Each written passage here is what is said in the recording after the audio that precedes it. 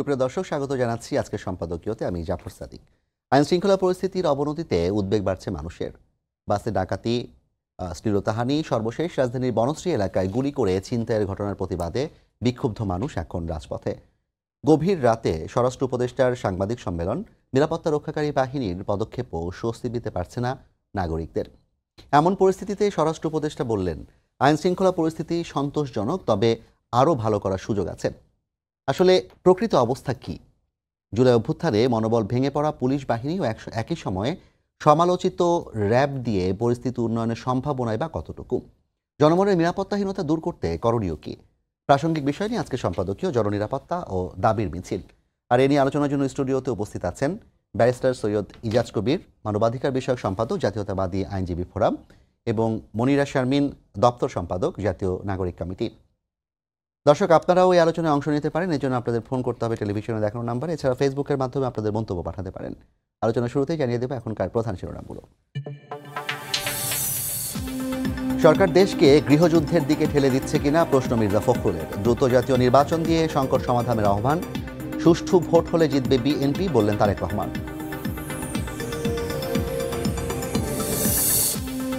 শুক্রবার নতুন রাজনৈতিক দলের আত্মপ্রকাশ। শহীদ পরিবার সহ অভ্যুত্থানের পক্ষের শক্তি, সবাইকে অংশ নেওয়ার আহ্বান। দেশকে দুর্নীতিমুক্ত করার প্রতিশ্রুতি।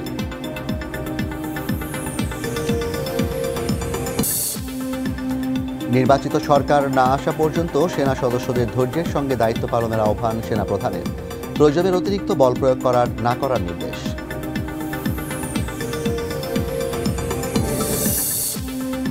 এবং ভারতকেও সিদ্ধান্ত নিতে হবে বাংলাদেশের সঙ্গে কেমন সম্পর্ক চায়। জয়শঙ্করের বক্তব্যের প্রতিক্রিয়ায় উপদেষ্টা, যুক্তরাষ্ট্র থেকে $29 বিলিয়ন আসার তথ্য নেই।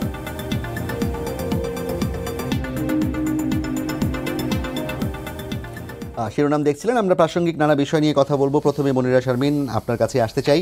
আপনাদের দল ঘোষিত হতে যাচ্ছে আগামী শুক্রবার এবং আপনারা খুব ব্যস্ততার সাথে সময় পার করছেন। একই সাথে বাংলাদেশের মানুষের মধ্যে এক ধরনের উৎকণ্ঠা আছে। নতুন দল, নির্বাচন, রাজনীতি, পাশাপাশি আইন শৃঙ্খলা পরিস্থিতির হঠাৎ করেই এক ধরনের অবনতির জায়গাটা আমরা দেখতে পাচ্ছি। এবং বিশেষ করে দিনে দুপুরে যে ছিনতাই, একই সাথে হচ্ছে বিভিন্ন জায়গায় আগেও ঘটেছে, এখনও ঘটছে ধর্ষণের ঘটনা, নারীদের শ্লীলতাহানির ঘটনা, এবং পাশাপাশি হচ্ছে ডাকাতির ঘটনা বৃদ্ধি পেয়েছে। এ নিয়ে আজকে কিন্তু শিক্ষার্থীরা বিভিন্ন জায়গায় আন্দোলন করেছেন। ঢাকার ইচা মহাসড়ক অবরোধ করে আন্দোলন করা হয়েছে এবং দেশের বিভিন্ন জায়গায় আন্দোলন হয়েছে।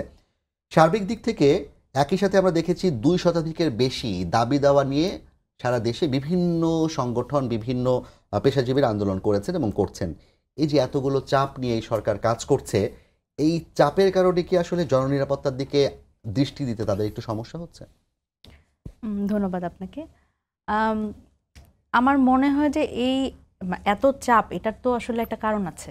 কারণ হচ্ছে একটা অভ্যুত্থান পরবর্তী সরকার, সেই সরকারের প্রতি তো আসলে মানুষের অনেক প্রত্যাশা, এবং সেই প্রত্যাশার জায়গা থেকে মানুষেরও যেমন প্রত্যাশা আছে, ঠিক সেরকম মানে সরকার যে আসলে আলাদিনের চেরাগ নিয়ে যে হুট করে সব কিছু ঠিক করে দিতে পারবে, এটাও আসলে আশা করা ঠিক না। তবে আমার মনে হয় যে সরকারের পক্ষ থেকে আরেকটু প্রোঅ্যাক্টিভনেস দেখানো উচিত ছিল। কারণ প্রত্যেকটা ব্যাপারেই আপনি সেটা যদি বলেন যে স্বরাষ্ট্র উপদেষ্টার বিভিন্ন কথায় বিভিন্ন সময় আমরা অনেক ক্ষেত্রে দেখি একটু ইনডিফারেন্ট একটা উদাসীনতা একটু দেখি, যে না এরকম তো আগেও হয়েছে। দেখেন, আপনি একটা দায়িত্বশীল পদে থেকে এটা তো আসলে বলতে পারেন না যে এরকম তো আগেও হয়েছে বা এই ধরনের ঘটনা আগেও ঘটতো, কিন্তু এটা এখন আরও কমেছে। যখন একটা ঘটনা এরকম ঘটছে, যেমন ডাকাতির ঘটনা, এবং সেটা কিন্তু আমরা ভিডিওতে দেখছি কি ভয়ঙ্কর অবস্থা, রক্তপাত এবং যে ধর্ষণের ঘটনা ঘটছে, এগুলো তো আসলে খুব নর্মালাইজ বা জেনারেলাইজ করার কোনো সুযোগ নেই। আমার ধারণা যে এই জায়গাতে সরকারের পক্ষ থেকে আরও অনেক প্রোঅ্যাক্টিভলি কাজ করার সুযোগ আছে। এবং দেখেন, এই আন্দোলনের কথাগুলো বলছেন যে এই 5 আগস্টের পর থেকে আমরা দেখছি প্রায় 2 শতাধিক এরকম বিভিন্ন গোষ্ঠী আন্দোলন করছে।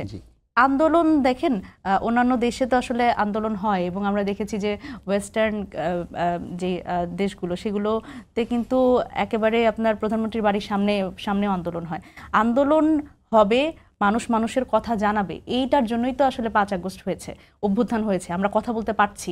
এখানে এসেও আমি আজকে যে কথা বলছি, এখানে অনেক কথা হয়তো আমরা 5 আগস্টের আগে আপনিও প্রশ্ন করতে পারতেন না, আমিও উত্তর দিতে পারতাম না। সেখানে কথা বলবে, এটাও স্বাভাবিক, এবং সরকারকে সেই চাপটা নিতে হবে, এবং চাপটা থাকবে তো, স্বাভাবিকভাবেই থাকবে। সেটা বরং আমি মনে করি গত 15 বছর সেই চাপটা ছিল না, এবং এই জন্যই আমাদের কাছে মনে হচ্ছে যে চাপটা একটু বেশি হয়ে যাচ্ছে কিনা। তবে অন্তর্বর্তীকালীন সরকারকে এই চাপটা নিতে হবে, এবং তাদের এই ক্ষেত্রে আরো প্রোঅ্যাক্টিভ ভূমিকা আসলে আশা করি। প্রোঅ্যাক্টিভ ভূমিকা বলতে একটু যদি পরিষ্কার করতেন, কি ধরনের ভূমিকা রাখলে আসলে এই চাপটা তারা ভালোভাবে মানে সমাধান করতে পারবে, কিংবা এই চাপ থেকে উত্তরণ ঘটাতে পারবে, এবং নাগরিকদের মনে যে শঙ্কা, সেই শঙ্কা কাটানোর সুযোগ তৈরি হবে? দেখেন, এটা আসলে শুধুমাত্র যে সরকারের ব্যাপার সেটাও আমি বলবো না, অনেক ক্ষেত্রে পরিস্থিতিকেও আমি এখানে একটু দোষ দিব।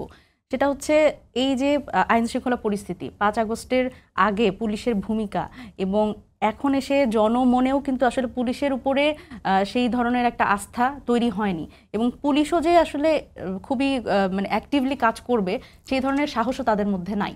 সেক্ষেত্রে আমার কাছে মনে হয় যে এই জায়গাতে আসলে পুলিশে যারা আছেন এবং সরকারের ক্ষেত্রেও আসলে এই একটা ব্রিজ হিসেবে কাজ করা, যে আসলে জনমনেও যে ওই ব্যাপারটা আসা, যে পুলিশের প্রতি আস্থা রাখা। দেখেন, এটা কিভাবে আসবে? 5 আগস্টের পরে আমরা দেখেছি একটা বড় ধরনের রদবদল, ট্রান্সফার। তো বাইরে যারা মানে ঢাকার বাইরে থেকে অনেক পুলিশ সদস্য তারা হচ্ছে ঢাকায় এসছে। তো সুতরাং আমি অনেক ক্ষেত্রেই যখন বিভিন্ন জায়গায় আমার কথা বলার সুযোগ হয়েছে, আমি যখন বলেছি, প্রত্যেকেই ওনারা বলেন যে আমরা তো নতুন ঢাকাতে। তো ঢাকাতে আসলে যেই ধরনের কর্মকাণ্ডগুলো হয়, এবং যে গোষ্ঠীগুলো আপনি দেখে থাকবেন যে পুলিশের সোর্স যারা, তারা কিন্তু অপরাধীদের মধ্যেই সোর্স থাকে, মানে ডাবল এজেন্টের কাজ করে। এক্স্যাক্টলি, ডাবল এজেন্টের কাজ করে। তো তাদেরও কিন্তু ওরকম একটা লিঙ্কেজ থাকে, যে আসলে পুলিশ কিন্তু চাইলে একটা কোথাও একটা ছিনতাই হলে তারা কিন্তু 1 ঘন্টার মধ্যে এটা খোঁজ বের করে ফেলতে পারে তাদের সোর্সের মাধ্যমে।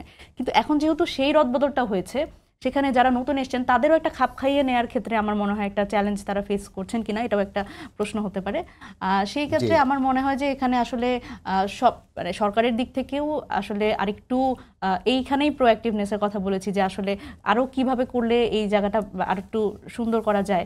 এই ক্ষেত্রে আমার মনে হয় সরকারের যদি একটু ডিপলি চিন্তা করে কাজ করেন, এবং সাথে সাথে আমাদের সাধারণ জনগণেরও আসলে এই জায়গাটাতে তাদের দায়িত্বশীল আচরণ করতে হবে। দেখেন, 5 আগস্টের পরপরই আমরা কিন্তু এরকম ডাকাতির ঘটনা, এরকম ছিনতাইয়ের ঘটনা এর আগেও দেখেছি। তখনকার মতো এখনও জনগণ কিন্তু রাস্তায় নেমে এসছে। তাদের নিরাপত্তা বিধান যখন একটা রাষ্ট্র করতে পারে নাই, গত 53 বছরে আমরা আসলে যে স্বাধীন দেশের কথা বলি, আমরা স্বাধীন দেশ পেয়েছি কিন্তু রাষ্ট্র কিন্তু পাইনি। একটা রাষ্ট্র তার জনগণকে নিরাপত্তা দেবে, কিন্তু আমরা এই প্রসঙ্গে আপনার কাছে আলাপে আসবো। ব্যারিস্টার সৈয়দ ইজাজ কবির, আপনার কাছে আমার প্রশ্ন হচ্ছে, আজই রাজশাহীতে আমাদের আইন উপদেষ্টা তিনি বলেছেন যে চুরি ডাকাতির ঘটনা বেড়েছে, জনগণের মধ্যে উৎকণ্ঠা আছে, এবং তার বক্তব্য হচ্ছে পতিত ফ্যাসিস্ট লোকদের কাছে প্রচুর টাকা ও বদনমতলব রয়েছে, তারাই পরিস্থিতি খারাপ করছে।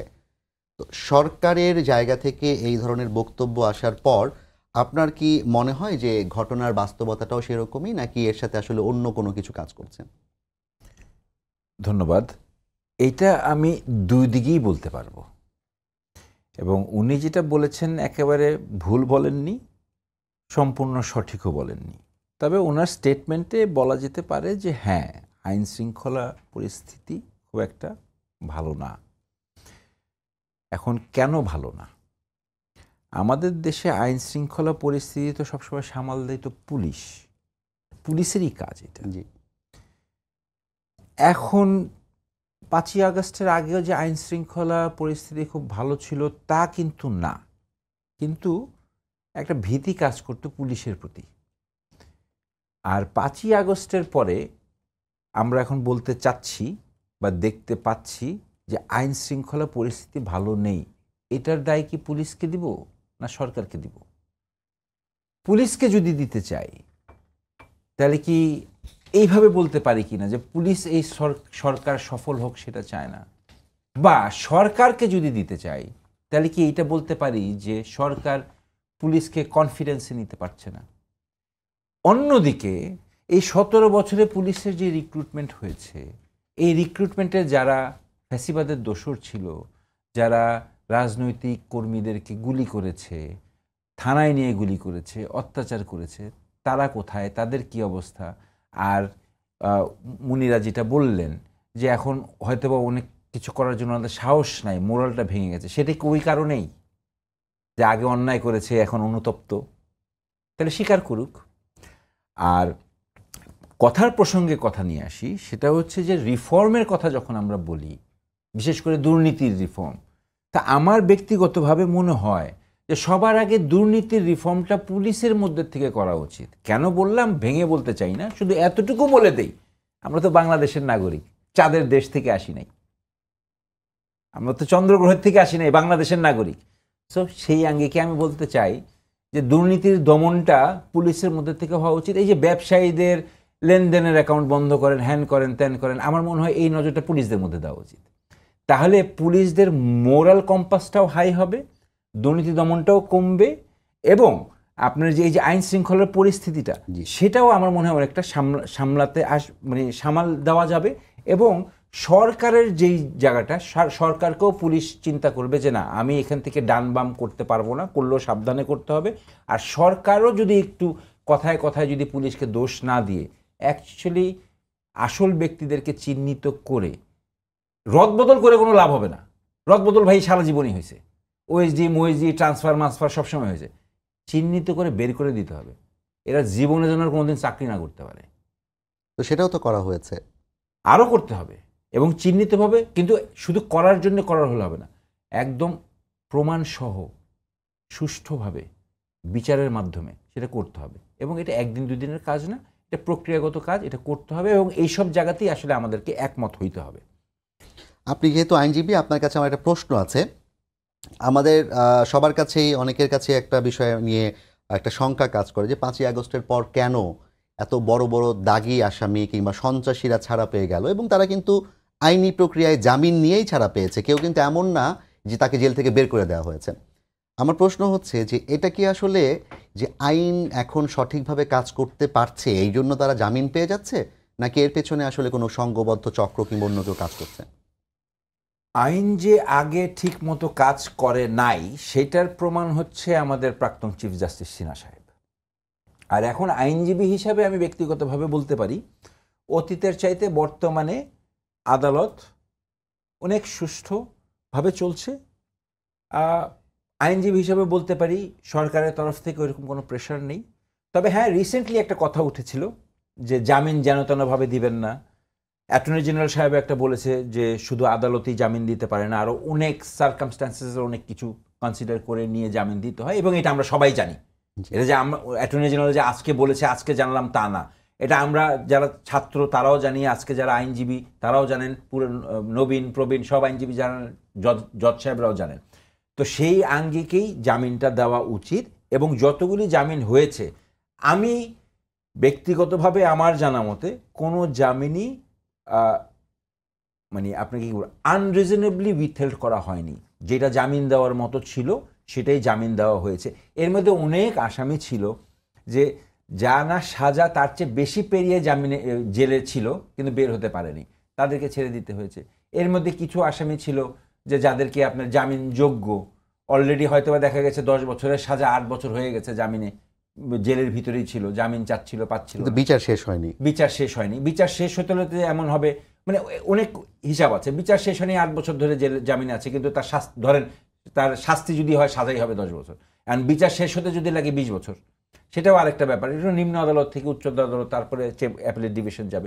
এরকম অনেক কিছু লিগ্যাল কমপ্লিকেশনস আছে। সেই জায়গার থেকে নিয়ে যতগুলি জামিন দেওয়া হয়েছে, আমার ব্যক্তিগত ওপিনিয়ন এখানে কোনোটাই সরকারের প্রেশার নেই এবং সুষ্ঠু মতোই জামিন দেওয়া হয়েছে, without any influence and without any undue pressure.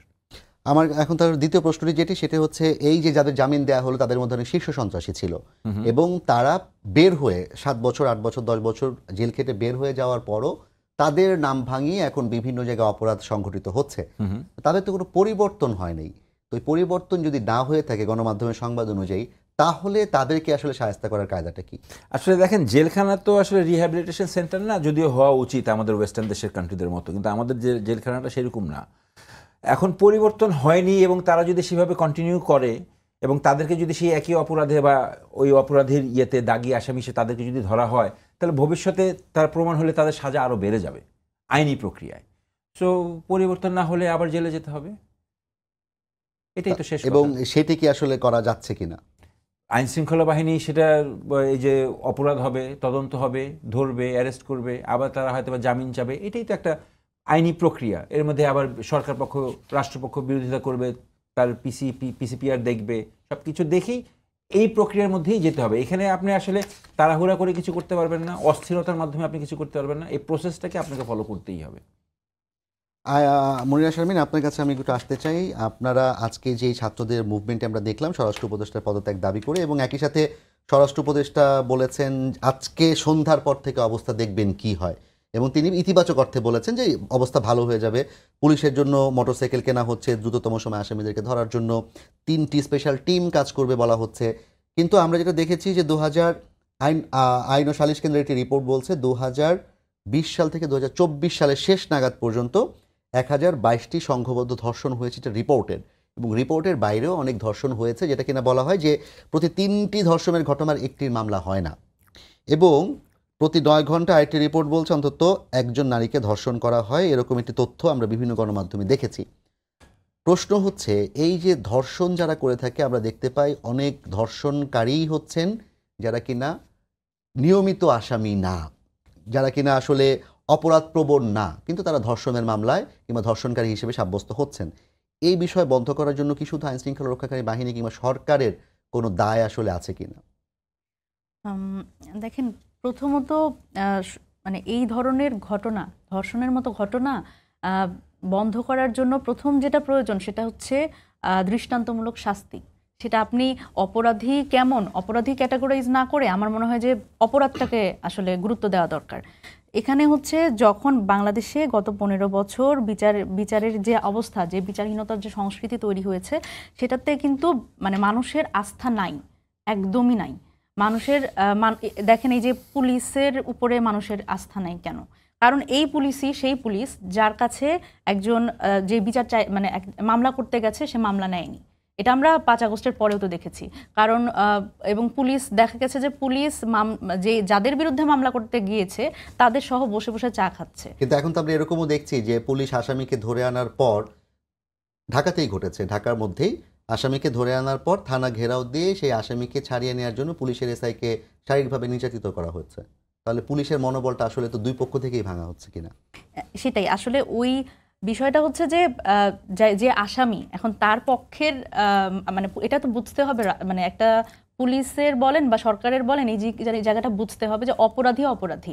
এখন সে যদি কোনো জায়গা থেকে কারো পৃষ্ঠপোষকতায়, দেখেন প্রত্যেকেরই তো যে অপরাধী তার পক্ষেও কিছু মানুষ থাকবে, যে আসলে বিচার চাইতে এসছে তার পক্ষেও মানুষ আছে। সুতরাং এই জায়গা থেকে আমাদের ওই ডিস্টিংশনটা করতে হবে যে একটা হচ্ছে ইম্পার্শিয়াল জায়গা থেকে, যে সরকার বা রাষ্ট্র এবং পুলিশ আসলে মানে কোন জায়গা থেকে কাজ করবে, একটা নিউট্রাল জায়গা থেকে অবভিয়াসলি কাজ করতে হবে, এবং পুলিশ কাজ করবে জনগণের জন্য। জনগণ যেই সেবাটা পেতে চায় সেই সেবাটা তাকে দিতে হবে, এবং যেই তার যে অধিকারটা তাকে সেটা ফিরিয়ে দিতে হবে। এখানে আসলে যদি মানে পুলিশ মানে এটা যেরকম পুলিশ এবং সরকারের কথা বলছি, যে এটা সেই পুলিশই যে হচ্ছে এই ধর্ষণের মামলা নিচ্ছে না, তো সেই জায়গা থেকে আপনি এটা মানে ধর্ষণের মানে এই ধরনের ঘটনাগুলো আসলে গুরুত্ব দেওয়া দরকার, অপরাধগুলো গুরুত্ব দেওয়া দরকার, এবং এটার দৃষ্টান্তমূলক শাস্তি যেটা গত 15 বছরে হয় নাই, এবং এই ধরনের ঘটনা আরো বাড়বে যখন এইটার কোনো শাস্তি হবে না। একটা দুইটা যদি শাস্তি দৃষ্টান্তমূলকভাবে এটা করা যায়, তাহলে আসলে এই ধরনের অপরাধ প্রবণতা কমে আসবে। সেটা আসলে অপরাধী মানে বিশেষে না আর কি। এজাজ ভাই, মনিরা যেটা বললেন যে দৃষ্টান্তমূলক শাস্তি দিতে হবে, জ্যোতির্ময় বড়ুয়া হাইকোর্টের একজন আইনজীবী, তিনি তার কাছে একটা ইন্টারভিউতে জিজ্ঞেস করার পর তিনি বলেছিলেন যে ধর্ষণের ঘটনায় যখন নাকি মৃত্যুদণ্ডের বিধানটা যুক্ত করা হয়েছে, তখন থেকে তুলনামূলকভাবে ধর্ষণ মামলার রায় প্রকাশে দেরি হচ্ছে, কিংবা অনেক ক্ষেত্রে আসলে আসামি সাজাটা পাচ্ছে না, কারণ এটা সর্বোচ্চ শাস্তি। তো সর্বোচ্চ শাস্তির ক্ষেত্রে আসলে হয় মৃত্যুদণ্ড অথবা যাবজ্জীবন দিতে হবে। এই বিষয়টির মধ্য দিয়ে দৃষ্টান্তমূলক শাস্তি তো একটা বিধান করা হয়েছে, কিন্তু শাস্তি প্রয়োগ কি করা যাচ্ছে, নাকি এটা কি আসলে কতটা বাস্তব? রায় হলে শাস্তি প্রয়োগ করতেই হবে। এখন ফাঁসির ব্যাপার যেটা, এটা সবসময়ই ছিল, অনেক চিন্তা ভাবনা করে একটা মানুষকে মৃত্যুদণ্ডের সাজা দেওয়া হয়, এবং পুঙ্খানুপুঙ্খানুভাবে it has to be beyond reasonable doubt. So just ধর্ষণ কেউ ক্লেম করলো, সত্যি হয়তো বা ধর্ষণ হয়েছে, কিন্তু আদালতের কাছে বিয়ন্ড রিজনেবল ডাউট প্রমাণ হতে হবে। আবার একই সঙ্গে পক্ষান্তরে আপনি অন্য জায়গায় আপনি দেখতে পারবেন যে আমাদের দেশে যেভাবে ম্যানিপুলেশন হয়, রিপোর্ট চেঞ্জ হয়, সেটাই দুর্নীতির দ্বারা। আবার একই সাথে মনে করেন যে আপনার যেভাবে ফলস নারী নির্যাতনের মামলা হয়, এই সব কিছুর আঙ্গিকেই কিন্তু আমাদের চিন্তা করতে হবে। এখন জাস্ট একজন বলে বসলো, বললেই হলো সেটাও না। আমি তো ব্যক্তিগতভাবে মনে করি বাংলাদেশে স্পেশালি এই ফৌজদারি অপরাধ বিচার করা খুব কষ্ট, বিশেষ করে দুর্নীতিগ্রস্ত দেশে। এখানে রিপোর্টের ঠিক নাই, ইনভেস্টিগেশনের ঠিক নাই, যে কোনো সময় আপনি ম্যানিপুলেট করতে পারেন। একটা জজ সাহেবের জন্য যে আসলে এটা কত কষ্টসাধ্য, কোন এভিডেন্সটা, পুলিশের কোন কথাটা আসলে সত্য হিসাবে নেবে। মানে 5ই আগস্টের আগে পুলিশ বলতেছে এক কথা, 5ই আগস্টের পরে বলতেছে পুলিশ আরেক কথা। হ্যাঁ, একই লোক, এখন আদালত জজ সাহেব কোন কথার উপরে নিবে? তো বিচার করা এখানে সত্যিই খুব কষ্টসাধ্য একটা ব্যাপার। তার এর মধ্যেও আমাদেরকে একটা সিস্টেম বের করে নিয়ে আসতে হবে, আমাদের নিজেদেরকে চেঞ্জ হতে হবে, আমাদের প্রসেস ঠিক রাখতে হবে, এবং দুর্নীতি যেন বিশেষ করে আপনার এই বিচারালয়ে এবং বিচার প্রক্রিয়ার মধ্যে যেই সব জিনিসগুলি অন্তর্নিহিত যুক্ত, এইসব জায়গাতে যেন দুর্নীতি না হয়। এর মধ্যে সর্বপ্রথম হচ্ছে আমাদের বিচার ব্যবস্থা, বিচারক নিয়োগ, বিচার এবং এই আপনার তদন্ত, যার সঙ্গে আছে পুলিশ।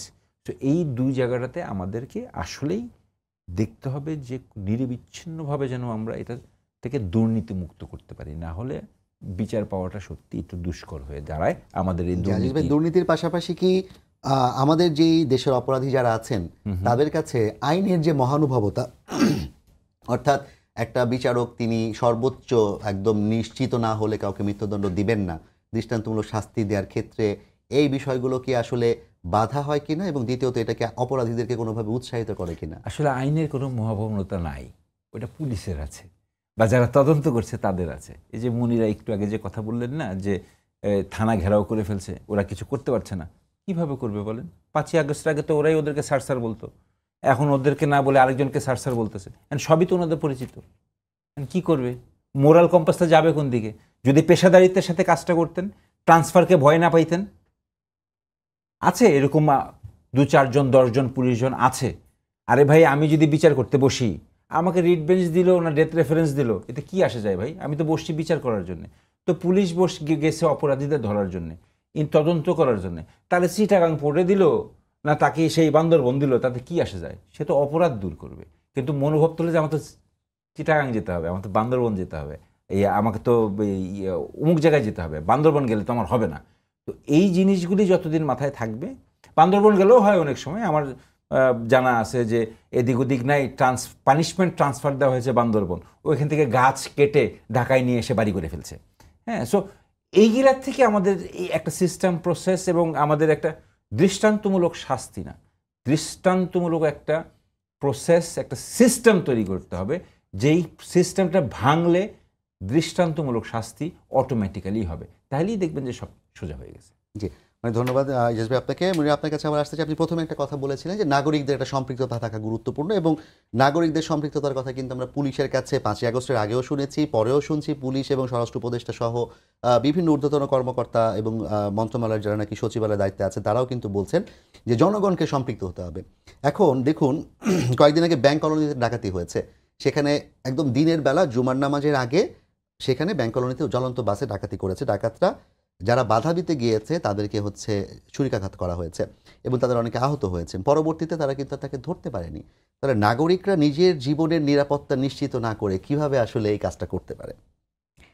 একদমই তাই। মানে এটা হচ্ছে আমি যেটা বলছিলাম প্রথমে, যে বাংলাদেশে যেটা হয়েছে সেটা হচ্ছে বাংলাদেশ মানে স্বাধীন হয়েছে, কিন্তু আমরা আসলে দেশ আকারেই আছি এখনো, আমরা এখনো রাষ্ট্র হতে পারিনি। কারণ রাষ্ট্র প্রথমে আপনি নাগরিককে সম্পৃক্ত করবেন সেটা তো পরে, কিন্তু আপনার নাগরিক হিসেবে আপনার ডিগনিটি লাগবে প্রথমে, আপনার নিরাপত্তা লাগবে, আপনার মৌলিক যে আপনার যেগুলো খাদ্য, বস্ত্র, বাসস্থান এবং চিকিৎসা, বাংলাদেশের আপনি চিকিৎসার কথাও যদি বলেন এবং শিক্ষার কথাও যদি বলেন, এটা তো একটা মানে বেসিক নিড হওয়ার কথা, বেসিক বিষয় হওয়ার কথা, যেটা রাষ্ট্র তাদের আসলে মানে ইয়ে করবে, রাষ্ট্রই সেটা ফ্যাসিলিটেট করবে, এবং সেটার জন্য কারো অর্থনৈতিক বাধা মানে গুরুত্বপূর্ণ হওয়ার কথা না। একজন মানুষ মানে নাগরিক হিসেবে তার যে অধিকারগুলো সেগুলো চাওয়ার আগে তো তাকে আসলে রাষ্ট্র নিরাপত্তা দিবে। তারপরে তো রাষ্ট্রের বিভিন্ন সেক্টরে তারা নিজেদের সম্পৃক্ত করবে, নিজেদের অধিকার নিয়ে কথা বলবে, নিজেদের নানান ধরনের অধিকার নিয়ে কথা বলবে। কিন্তু রাষ্ট্র হিসেবে বাংলাদেশ আসলে কখনো পারফর্মই করতে পারেনি, কারণ বাংলাদেশের যেই সিস্টেমগুলো আমাদের গত 15 বছরে অন্তত আমরা যারা একদম দেখতে পেয়েছি মানে কাছ থেকে, গত 15 বছরে আমরা দেখেছি প্রত্যেকটা সিস্টেম, কোনোটাই সিস্টেম সবকিছুই ডিসফাংশনাল।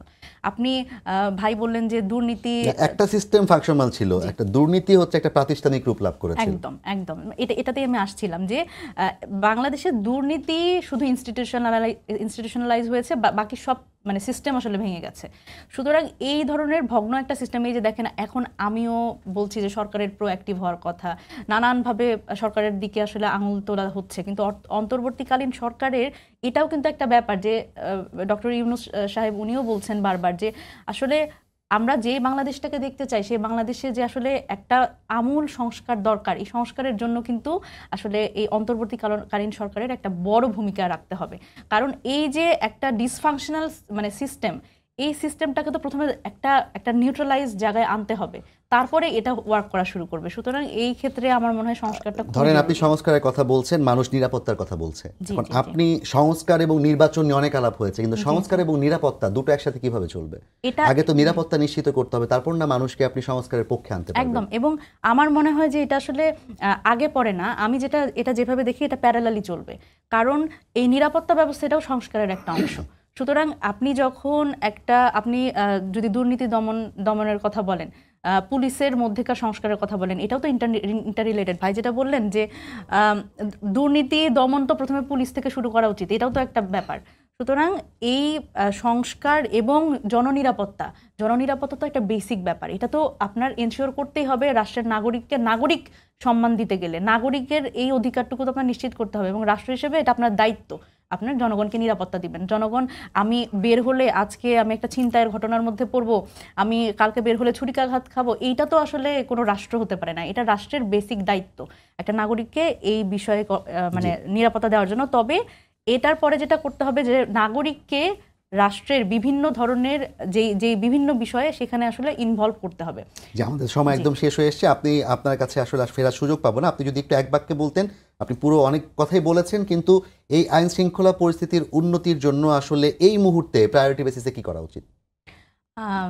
আমি যেটা মনে করি সেটা হচ্ছে এই মুহূর্তে আমাদের নাগরিকের জায়গা থেকে, যেহেতু রাষ্ট্র আমাদের সেই নিরাপত্তাটা দিতে পারেনি, সেই জায়গা থেকে নাগরিকের জায়গা থেকে আমি বলবো যে তাদেরও আসলে তারা যেভাবে করে ভ্যানগার্ড হয়ে নিজেদের নিরাপত্তা নিজেদের হাতে তুলে নিতে হয়েছে সেটাও তাদের করতে হবে। এবং রাষ্ট্রের পক্ষ থেকেও যে স্বরাষ্ট্র মন্ত্রী উপদেষ্টা যিনি বলেছেন, তো উনি যেটা বলেছেন যে আজকে সন্ধ্যা থেকে আমরা হয়তো এটা একটা ফল পাওয়া শুরু করবো, সেটার ব্যাপারে আমি আশাবাদীও থাকতে চাই। অনেক ধন্যবাদ মনিরা শাবিন আপনাকে। ব্যারিস্টার সৈয়দ ইজাজ কবির, আমাদের কাছে সময় আছে আর 1 মিনিট, আপনার কাছে জানতে চাই, এখনো প্রায় 1384টি অস্ত্র অপরাধীদের হাতে রয়েছে যেগুলো নাকি লুট করা হয়েছিল থানা থেকে, এবং লুটের সাথে জড়িত ছিল সবাই, এবং সেই লুট করা অস্ত্র দিয়ে ছিনতাই করা হয়েছে, এরকম ছিনতাইকারীকে ধরাও হয়েছে। তো এই অস্ত্র উদ্ধার না করে এই মুহূর্তে আসলে কি করে নাগরিক নিরাপত্তা নিশ্চিত করা সম্ভব? এর মধ্যে আশা করছি আমার বাড়ি থেকে একটা অস্ত্র লুট হয়েছিল, আশা করি ওই সংখ্যার মধ্যে ও অস্ত্র থাকবে, কিন্তু সেটা এখনো পাইনি। দেখেন বর্তমানে যে পরিস্থিতি চলতেছে একদম শেষ মিনিট, তো আসলে বর্তমানে যেই সরকার আছেন এদের একটা কমিউনিকেশন গ্যাপ আছেন, and the young generations are coming to the politics, welcome, but it's not so easy. এটার মধ্যে আরও অনেক কিছু আছে, দেশ আছে, রাষ্ট্র আছে, সংস্কার আছে, রাষ্ট্রেরও দায়িত্ব আছে, দেশেরও দায়িত্ব আছে, সার্বভৌমত্ব আছে, সব কিছু আছে, কিন্তু একটা প্রক্রিয়ার মাধ্যমে যেতে হবে, এবং সব কিছু মিনিমাইজ করা যাওয়া সম্ভব একটা জায়গা থেকে শুরু করতে গিয়ে। সেই জায়গা থেকে শুরু করার একমাত্র উপায় হচ্ছে যে জাতীয় নির্বাচন, কারণ রাজনীতি দিয়েই রাজনীতিবিদদেরকে। অনেক ধন্যবাদ সৈয়দ ইজাজ কবির ভাই আপনাকে, এবং আপনার মধ্য দিয়ে যেটা আমরা সর্বশেষ কথা হচ্ছে নির্বাচনের মধ্য দিয়ে আসলে একটা নিরাপত্তা নিশ্চিত করা জায়গা শুরু করা যেতে পারে, এবং আমাদের প্রত্যাশা হচ্ছে যে কোনোভাবেই হোক জনগণের নিরাপত্তা প্রয়োজন, এবং যে দাবি দেওয়ার ফুলঝুরি আমরা দেখছি সেই দাবি দেওয়ার ফুলঝুরিগুলো আসলে রাষ্ট্রের ধরার এখনই সময়। সবাইকে ধন্যবাদ জানিয়ে শেষ করছি আজকের সম্পাদকীয়। আগামীকাল আবারও দেখা হবে রাত 10টায়, দেখার আমন্ত্রণ রইল। শুভরাত্রি।